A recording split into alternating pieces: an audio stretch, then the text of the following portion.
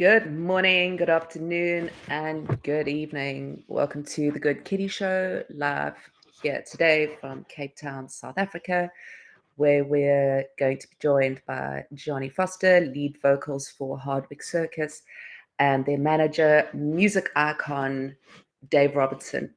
Thank you both for joining us today. But before we dive into our chat, if I can ask those watching to please share the stream on your socials and let everyone know that we're live. And a quick thank you to our incredible sponsors, The Organized Media and Bitcoin Live DB, who make this show possible.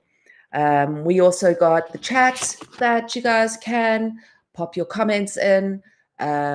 We like to respond to them. We like to know what you're thinking. So please, any thoughts you have, pop it in. Okay, and then also, before I forget, keep watching to the end of the show because we've got a live performance from Johnny coming up to end to close the show out, and you're not going to want to miss it. All right, so welcome, Johnny. Welcome, Dave. It is fantastic to have you both here, and let me make some magic so that you appear on my screen. Hey, Johnny, how you doing? Hello. I'm really good. How are you? Yeah, very well, thank you. Thank you for joining me in between your sound check and your show tonight. Super awesome to get to chat to you, and welcome to South Africa as well. Thank you. No, it's a real treat to be here.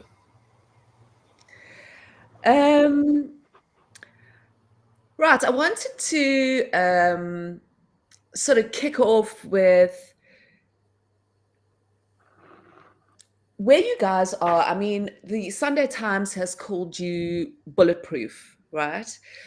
Do you think that the success, because I love to sort of hear stories about how bands came together, how people became musicians, because generally there's a story behind it that is super interesting. It's not like, how did you become a doctor? I went to university for 7 years and then I did that and I did that. There's always some magical story or interesting story about how it all began. So I know that you and your brother used to get up to some crazy antics. He's drums in the band. Um, so let's talk about that. This passion you had for music from an early age, and also, did you know that you wanted to be in a band? And not only that, but a vocalist from young age. I'm not sure it's something you know or you kind of wake up one morning and just decide on. We, me and Tom were lucky in the sense that when we were much younger for Christmas in England, there's a thing called an Argos catalogue. And it's this really strange shop that you go into and you look at this really, 2,000 page catalogue full of musical instruments, electrical items, vacuum cleaners, every household item you could possibly want. And for Christmas, our parents, from an Argos catalogue, got Tom this very tiny drum kit, as a 9-year-old boy, and myself a guitar. And from that moment, from that Christmas onwards, we were them two kind of annoying brothers on the street, on a quiet road in a place called Carlisle, which is the most northern city in England, just below the Yeah. Scottish border. And so in our attic, we set up this little music room. And it was there that we'd rehearse songs that, our mum and dad had played in the house as we were growing up, songs by the Undertones, Teenage Kicks, the Rolling Stones, the Beatles, all this great music that was kind of the soundtrack to our childhood in a way.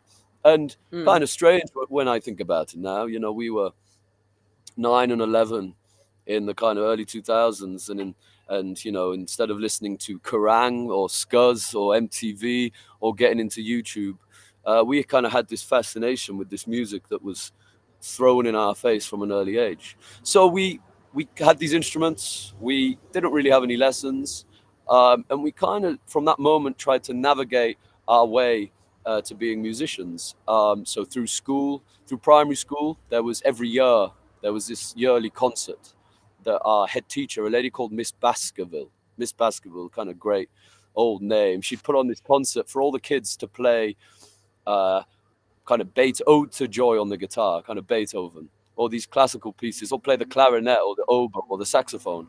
And when it came to our chance to play, we thought, scrap that. We wanna play the undertones or the Clash, you know. So we played them songs, and it kind of freaked our head teacher out, and all of our parents, all of our friends' parents that were in attendance. And from that moment, we saw this kind of visceral reaction. Didn't know whether they loved it, didn't know whether it was disgust, didn't know whether they thought, you know, our parents our parents need to send us down a different road or put us into more formal education. But we loved it. We kind of got a bug for it from that moment. So going into Yeah. secondary school, me and Tom, you know, played at all the rock nights, and we kind of looked around for musicians. You know, we enjoyed, you know, if we weren't trying to sneak in the pub, it was kind of stealing other people's musicians. Thank you. Someone's just brought me a beer in the dark. So um, so we formed This a is how band. we do it in Africa, right? You're outside in the dark. No, this is how we do it in Johannesburg. No, it's magical. The venue I'm at tonight is the Railways Cafe in Pretoria, and it's the most magnificent venue. It's kind of God, it's so colourful and open and huge, and there's, you know, all the walls are covered in unread books, and everyone's walking around eating fancy beef burgers. So it's my kind of place. But at the back of the venue, there's this incredible garden full of empty bathtubs and burnt out vehicles. So I'm kind of sat in the middle of all that right now, and with my torch lent on a DVD player, so you can see me. But so That's funny. that's where Yeah. we started playing. And coming out of school, you know, we were kind of fascinated, you know, with a lot of the subjects of school, but it was never something we kind of envisioned ourselves, you know, doing to pursue at university or whatever. And so we did that very cliched thing. We left school, we bought a van, and from Carlisle we made a trip to London and played some gigs. And that's how we met Dave and his son Milo. And oh, someone's saying there's no sound. Can you hear me all right? Yeah, I can hear you. Okay, magic.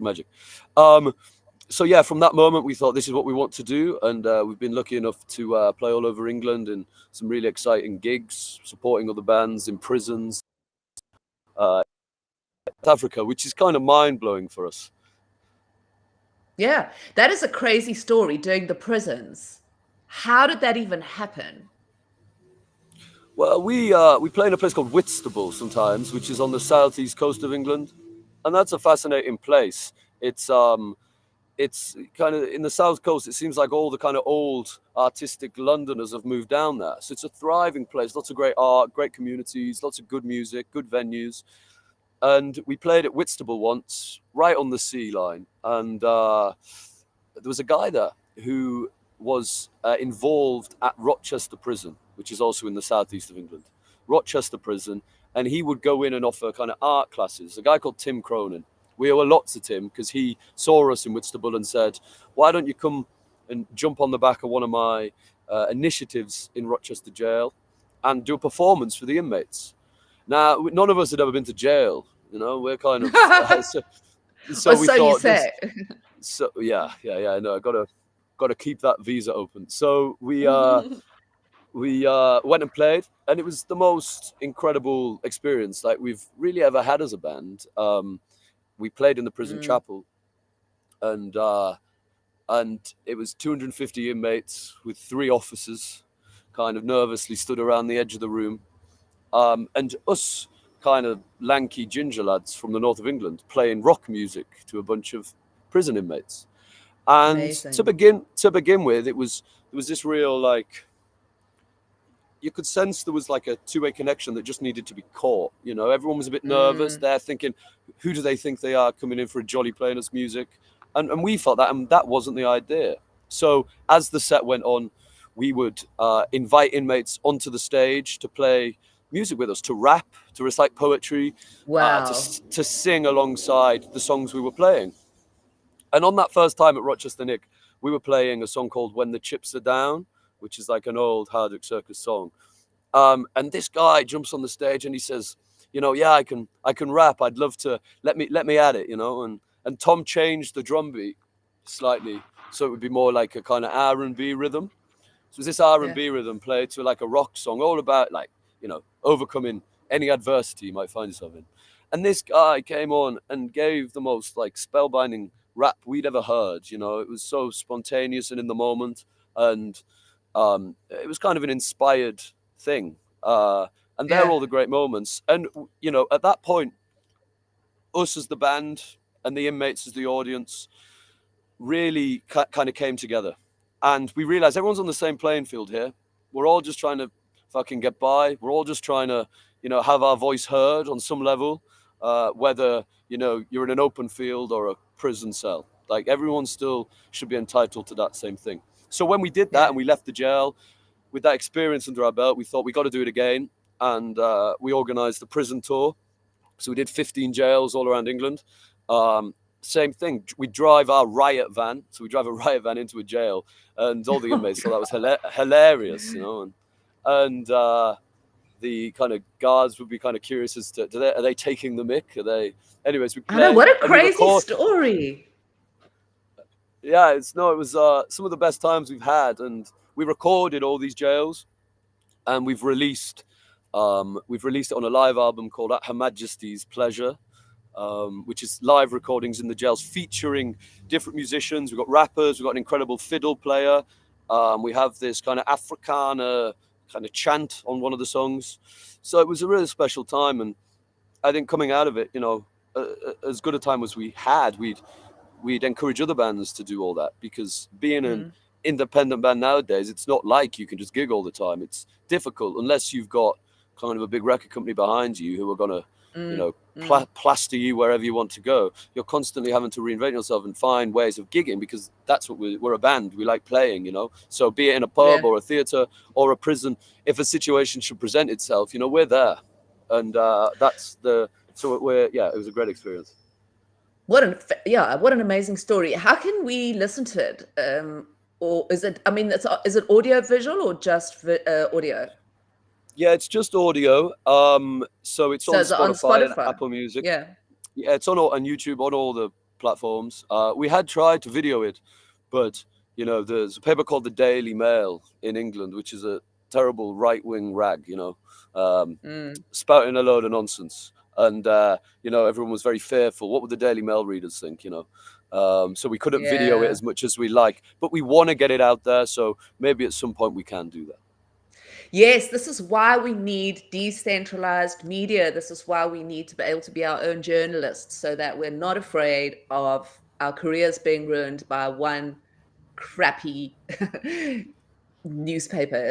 It's just annoying, isn't it? I mean, I know so many artists who kind of, you have to act, be a certain way, say a certain thing, not allowed this, not allowed that, in case people are like, you know, not happy Yeah, with it, and not being able to just do what you want. But anyway, it is what it is. So no, I hear um that. It's like there's never I think in other art forms, be it in like visual art or painting or film, there's a broader scope of kind of freedom in a way, like, whereas if you're in a yeah, band, you're kind of involved with the culture so prevalently that you're constantly, you're told to kind of live within a certain framework or create in a certain framework, because it's yeah, kind of more mainstream popular culture. Whereas that's all rubbish. Like, who cares what people think? Do what you want to do and believe in it. And yeah, like, yeah.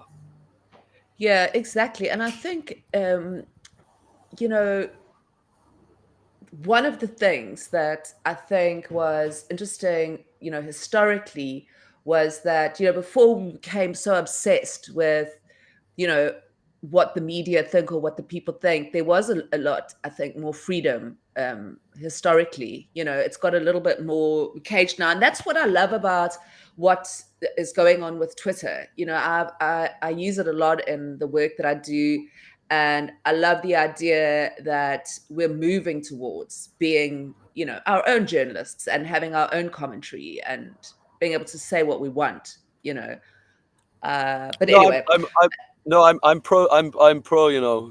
Everyone being there. It'd be nice if it wasn't ran by such a donut. There's a word called a donut, which is a Cumbrian word, which is like, which just like a bit of a high school dunce. Anyways. Somebody who I was reading today, like my son's studying for his exams, and one of the things was like what goes on all the planets, and it's like Mars has got like no air, no water.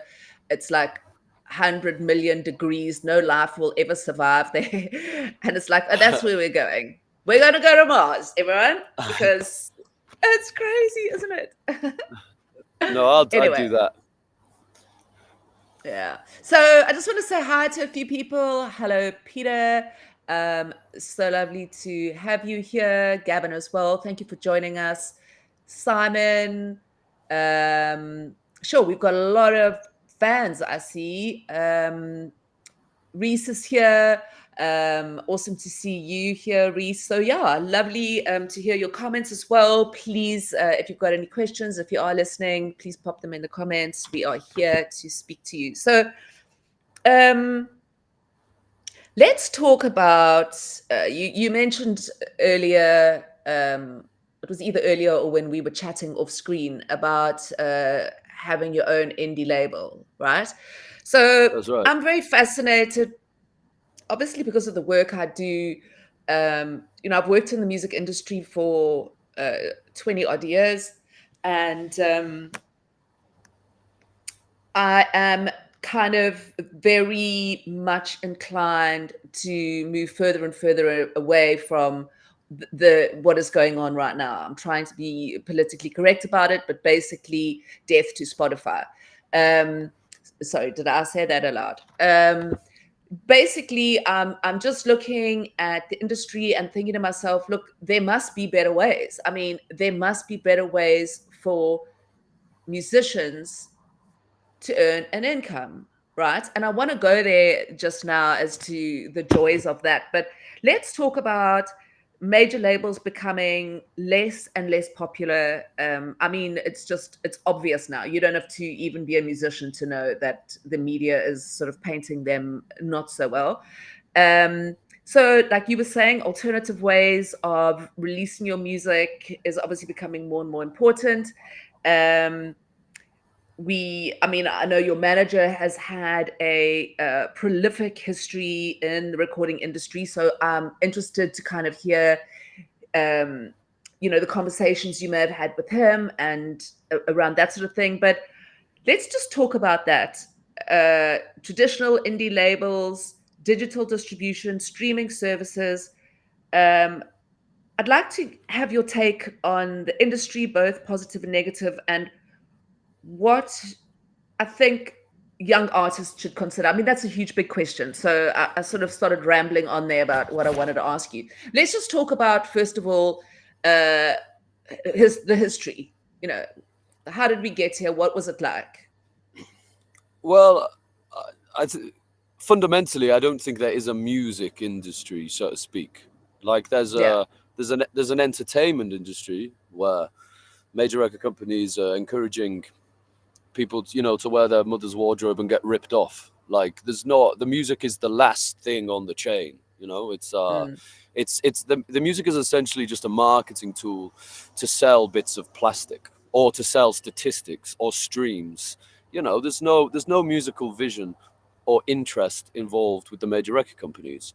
Um, and I yeah. don't think there ever has It's been. like an And advert. it's like an advert. And yes, on one hand, it's never been so easy to upload your music online to Spotify, Apple Music, wherever, and release it and make it yourself. um, but on the other hand, it's so difficult to be heard for that reason, because there's 100,000 Yeah. uploads every day. And Hmm. the major labels enjoy this. They like this process because it means that they don't have to take responsibility for anything. It means they can corner the market with five producers of the moment and sink all their effort into that producer working with one singular artist, spending as little money as possible and making as much return. And it's quite a Mm, bleak idea to think about, but they're a corporation. They're big corporations, where the value, be it the music, is the last thing that comes along.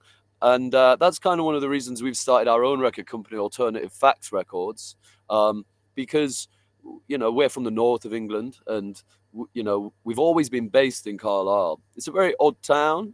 We love the place, but it's kind of cornered. It's like you've got Manchester, and then you've got Glasgow, and then somewhere kind of there is Carlisle, and you know, it's not an obvious place to go, but we're fond of it because there's an atmosphere about it, and they're the people that we've always kind of known and grown up around, and our friends, and there's an inherent goodness to them. And there's bands and music that come from this place, you know, Carlisle, Cumbria, but it's very hard for them to get heard unless they go to London or they go to Manchester, and they change that inherent value about what makes them good in the first place. The music's great, and there's something about the area which they come from that is so involved with the things they create. And so the idea of the label is that for our music, you know, for a band called Antics, who went to a school in a place called Wigton, which is where we went to school, a guy called Mark Carruthers, and a few other groups that we're working with at the moment, we want to push that music and let it be heard without, you know, jumping the gun and selling your soul too early on. Because at the end of the day, you know, you can be promised the world by all the bigger companies, but they treat bands like buses. They're like, yeah, you're here now, but in 5 minutes there's going to be another one, and so we're gonna leave you, we're gonna dump you. And in some ways that's kind of good for the artists, because it means that they can have the time and the freedom to do what they want to do. But in a lot of cases, it's kind of it's world ending, and you know, at the end of the day, you're not trying. That's not the goal. The goal isn't to be associated with big corporations. It's to find the songs to write, and to write them songs continuously, and feel like you can be on that level where you can create, and you can do that wherever you are and whoever you're with, be it independently or not. And so long as you maintain that idea, you know, Kushti, I hope. I want to know more about this label. Did you, when you kind of kicked off, were you signed to a major label? No, we've never been signed to a major label, Okay. because you know, major labels aren't signing bands really nowadays. There's a lot of good independents out there in Manchester and Liverpool and some in London, and they're putting some really exciting stuff out. There's a lot of good new music, but if you're a band that, you know, doesn't have the kind of unless you've got kind of a serious backing from the get-go, it's quite hard to sustain it financially and in a positive way, because there isn't really a foundation for unknown groups. It's not as if there's hundreds of venues you can go and play at and, you know, afford to pay your rent or you know, put fuel in the van. All the venues are closing down. All the towns are becoming too expensive rates for the venues to afford staying open, and so it means all these places are closing down, and bands aren't left with anywhere to play. And so alongside the label, we've gigged extensively by kind of playing places that bands don't usually go to, and we're trying to set that circuit up so that there is a place, you know, for groups and singers to play their music in a feasible way. What is the model of your label? Do you yeah, what is the kind of is the business model in terms of how you bringing on new artists? Do you help them with their, obviously you do, you just said, so you help them with their touring? Yeah, of course. So Yeah. we're going on tour when we're back from South Africa on the 2nd of December. We're starting our tour on the 5th of December, doing all the towns in England, 15 gigs in a row. And on that tour, we're taking the young band Antics with us. So that's going to be a great experience for both bands to push each other, you know, to kind of fight for the best set of the Yeah. evening. And that kind of inspires groups to kind of write more songs, because it's a very odd dynamic, you know. It's kind of an unnatural dynamic, but it's when that camaraderie ticks, real kind of exciting things can happen. So we're excited for the tour with them. And, you know, me and Tom, we've been producing a lot of the bands. We've got a studio in Carlisle where we can record. And with that, you know, we're kind of arranging the songs and producing. And one of them has just been a song called King of the Fells, which is by a guy called Mark Carruthers. He's written this brilliant ballad about a legendary fell runner. Fell running in England, these guys would do kind of, 60-mile kind of runs over the fells, extreme kind of feats of agility. And Mark has written a song about one of the most legendary guys in that area called Joss Naylor, and it's called King of the Fells. And he played it to us. And me and Tom in our studio, we built it up, we produced it. We added violas, fiddles, mandolin, dobro guitar from lots of different Cumbrian musicians. And yesterday that got played on Radio 2, BBC Radio 2, which is like the big radio station in England. So that was really wonderful to see that, with that attitude and with that persistence, you can get to a point where people start to pay attention. And then, right. So I want to, it's really for me, this kind of, to move forward, for the industry to move forward, for things to change, and this is what I keep asking myself day in and day out, do we just like break it all down and build it all up from the beginning again? Because the models have kind of never really changed. I mean, the way we create it, the way we consume it, the way we distribute it, that's all changed. But the relationship between a record label and the artist, or even the artist and Spotify,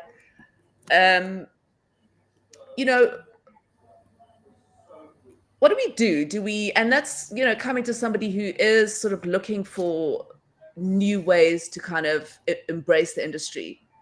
Well, that is why I'm interested in your kind of Bitcoin proposals and like ways of monetizing it in new ways that's beneficial for the artist. So I am keen to hear about that.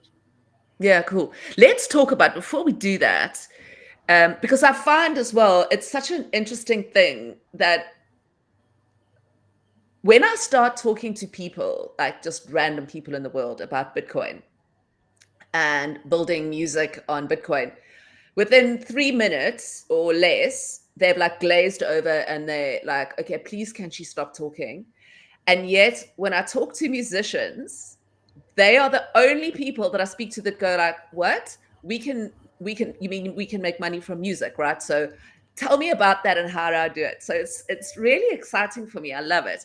But before we do that, I want to say, how do bands make money? For the people that are listening right now, today, do bands make money? And if so, how do they do it? And if not, well, yeah, no, how do they do that? Well, the majority of bands don't make money. Yeah. If you think you're a 5-piece band and you're from the north of England and you've got a gig in London, there's a huge fuel expense going there and back. And you've got to find some accommodation. Every band member needs some cash just to get by. There's kind of equipment hiring that comes into play. If it was booked by an agent, they're taking a percentage. Or if you're with a record company, they'll be counting every penny. And so you're left kind of wondering, well, how the hell do you get home? And it's difficult. It's really hard. There's a kind of level of determination that that bands have to have that I think doesn't get talked about very much. It looks all glazy and glorious on the front of it. You're playing, you're doing all these gigs, and it is fun. It's a great time, but it's not like you're raking it in, and you don't do it for that reason, obviously. But a lot of the venues you play, the venues can't afford to pay a decent fee for the group, and I understand that. You'll have a small bar, you'll have a tiny little bar on a high street in a big city, and down the road there'll be a Tesco's or a Morrison's, a supermarket. And that little bar will be paying the same business rates as the big supermarket chain. And just things, so there's it's much deeper than just the musical industry. There's a whole cultural thing in England which makes it nigh on impossible to keep going. And so it's no surprise that there isn't a lot of kind of burgeoning groups at the moment. I mean, there's a lot of good stuff online, and that's wonderful. But there's something about being involved with the kind of a lot of my favorite British bands inherently involved with that kind of British culture, where that the internet has kind of came in from one side and pushed that out. So there's a kind of superficial element to it now that everyone sees online. But it's knowing, when I remember growing up, it was fascinating reading I had this big pink hardback book about the Clash, and seeing them at the kind of the height of their fame, kind of diarying the trials and the tribulations that they had, just getting to a gig. That's kind of what being in a band is. But how do you afford to do that? And yes, so putting the power back in the artist's hands, where they're getting 1,000 players on Spotify and making 30 pence. The whole thing's a criminal enterprise. Yeah, it is criminal. When I think, it's I speak about it often when I do these shows, that I've been sort of at loggerheads with Sony Business and Legal for, I don't know, 10 years. And I realized that all they are law firms with a tiny marketing department. That's kind of what they've become, protecting catalog. And the whole 360 degree, when they did that whole 360 degree, and it was just like, are you actually joking? You mean you can't make money now from selling music, so you now want to take our money from touring? It's crazy shit. No, it is. And you hear that story, of Liam Payne, our guy from One Direction, who unfortunately died last month. Tragic set of events, and the idea that only 10 years ago or so, these young boys are being put on television and kind of signing their life away, not knowing, quickly here, sign here, not having a clue about what to do. And then, they break up, and then they're left to deal with it without a support network around them.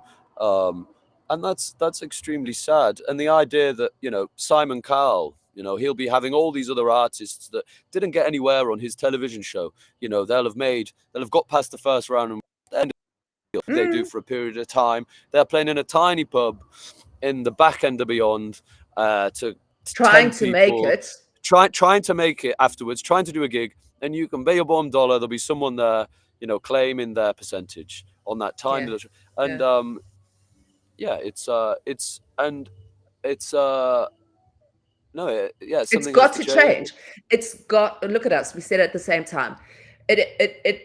It's so diabolical. I mean, I write about it, I speak about it. I've been trying to figure out, like, and my feeling is, we have to break it. We have to completely shatter it to the ground and rebuild it, right up from the absolute bottom of the bottom again. And so I've kind of put together, and I mean, we'll talk about this obviously off the show as well, but we've created I've created blockchain music, and I've called it a sound network because I'm trying to get away. I don't want to use the word record label. I don't want to use anything that we used in the past. So not only really trying to rebuild it, but also change the vocabulary so that it's just different. And so we've got blockchain music, which is a sound network, really just people all coming together to share in the growth of the music industry, creating a network that just extends and on and on and on and on. To build a creator worth income, an income that is worthy of the creativity that's going on, right? And we're doing it on Bitcoin, on a layer 2 called Stacks, because Bitcoin itself, it needs a layer on it to enable us to do these kind of things. And I'll explain this all through. And anybody who's listening, who's also interested, who can reach out to me, can reach out to you. I'm happy to do calls about it. I'm really so passionate about helping people understand what is going on here. And we have Gary Rogers just built a platform called Gated. It is crazy awesome. I'll show it to you. And we started selling the first album on Tuesday. We opened it up. So it's kind of just there's so much going on, like underground, like anything. I mean, you have to build it first. It's half the time it's broken what we're making, but it's getting there. It's getting there, and I think it's going to be so exciting because, like you say, no making music from recording it. I mean, merch is a very difficult thing unless you're selling it at your shows, sending it anyway. Oh, here it is. This is what it looks like. So this is how you can buy the tracks. Yeah. You click on them, you get a 30-second clip. That would be your crypto wallet that you have to connect. So you press buy, connects to your wallet, and then the artworks are all made by we can listen to something.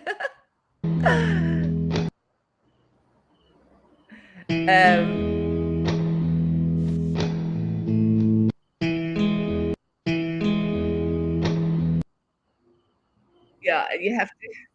That's another thing. Like, you can't stop the player. You have to just let the 30 seconds, because it's being coded and built like as we find the problems. But there it is. It's a little player, and you can either buy the whole album, or you can buy track by track. And then we got really well-known artists to create a different artwork for each of the songs, inspired by the music. So in your kind of wallet, however you want to look at it, you have these beautiful artworks and you have incredible music. And I really want to. The reason I'm doing this is because I want to go back to, first of all, the hard part is teaching people to pay for music, and to remind people of how it used to be, where you love to hold the artwork. You got something more than just an MP3, So it's going to take a while, but I think it's important that bands like you are also just bucking the system, trying to think of new ways in which to make it interesting and exciting. But I think it's really important to start putting the tools in the hands of the bands to be able to educate their audiences about this. No, absolutely. I think when bands start putting music online, there was a big uproar saying it would kind of depersonalize it in a way. But I think now, with all this opportunity to sell, be it NFTs or to kind of offer extra things that you wouldn't otherwise be able to offer if there wasn't like platforms like this or Patreon or that kind of thing. Yeah, it's a way. It's a kind of it's just a great way to allow people to get to know the artist. That's And right. That is exactly right. Because once you sell that NFT, you have a connection to that fan, and they have a connection to you for time immemorial. Never goes away. yeah, No one can lose it. So you can have somebody come to your show tonight, and they buy all your tickets with NFTs. Before the show's finished, you can have, at almost zero cost, your latest single. I mean, obviously the cost of recording it, in their wallets, which means you can also add a slight premium onto your tickets, not as much as one would pay for a single, but everybody's buying it knows that they're going to get the single, and they're going to be the only people who get it for, whatever period of time.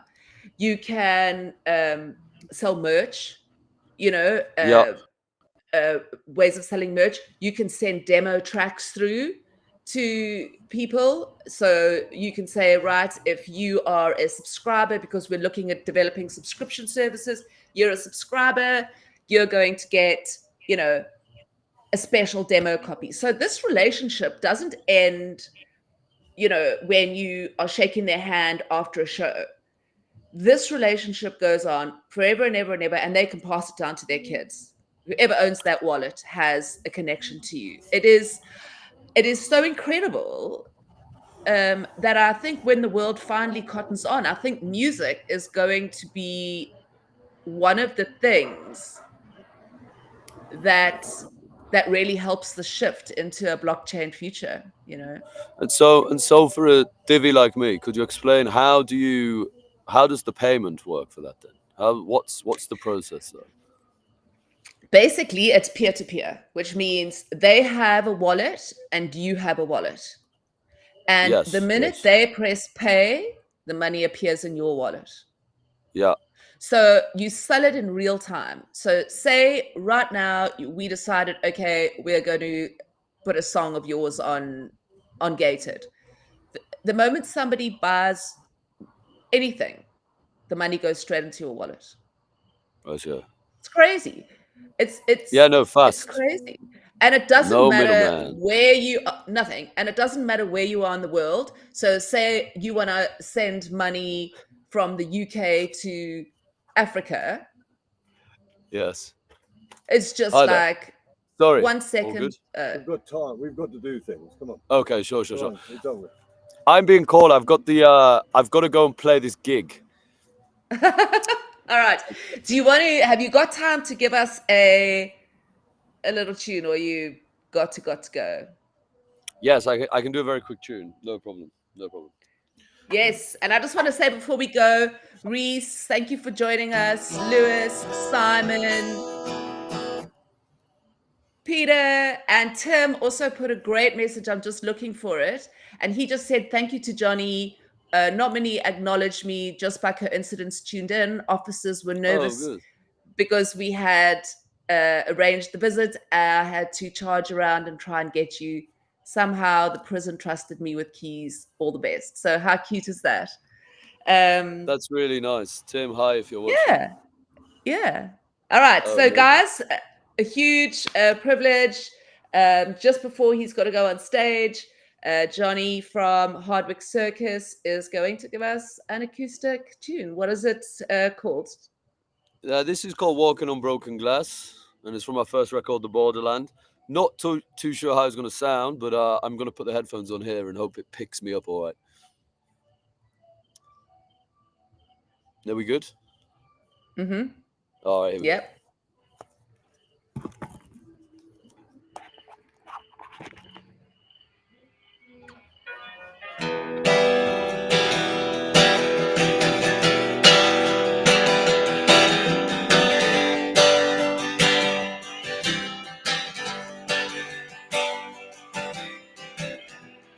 There's no two ways about it. There's no easy way out. Don't keep it in your head, keep it silent. Spit it out.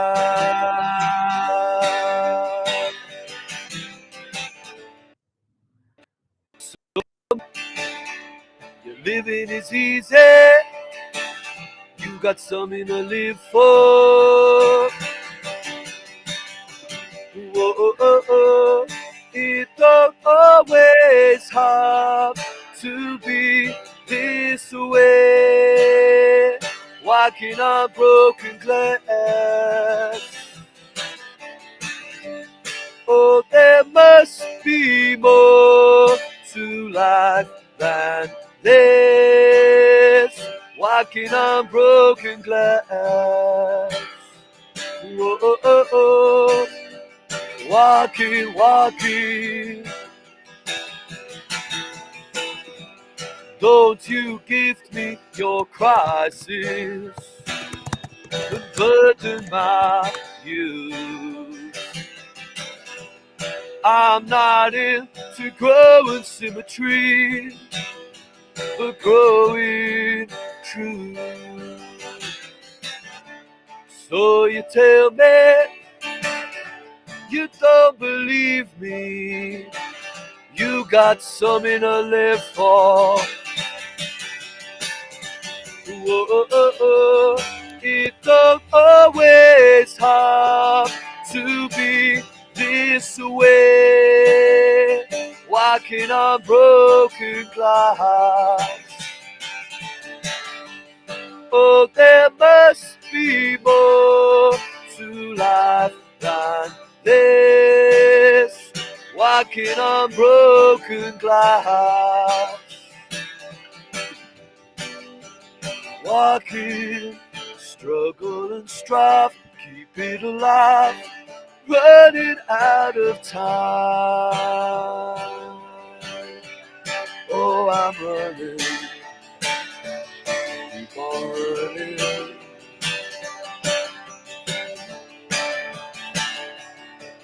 We walk on, we walk on.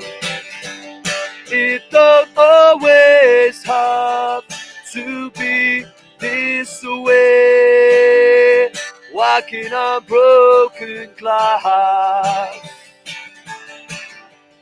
Oh, there must be more to life than this. Walking on broken glass.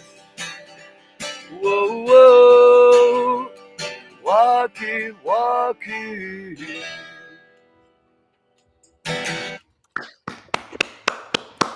Amazing. Thank you so much. Thank you. Can you hear me? It was amazing. Yeah. Thank you so much. Thank you. Thank you very much.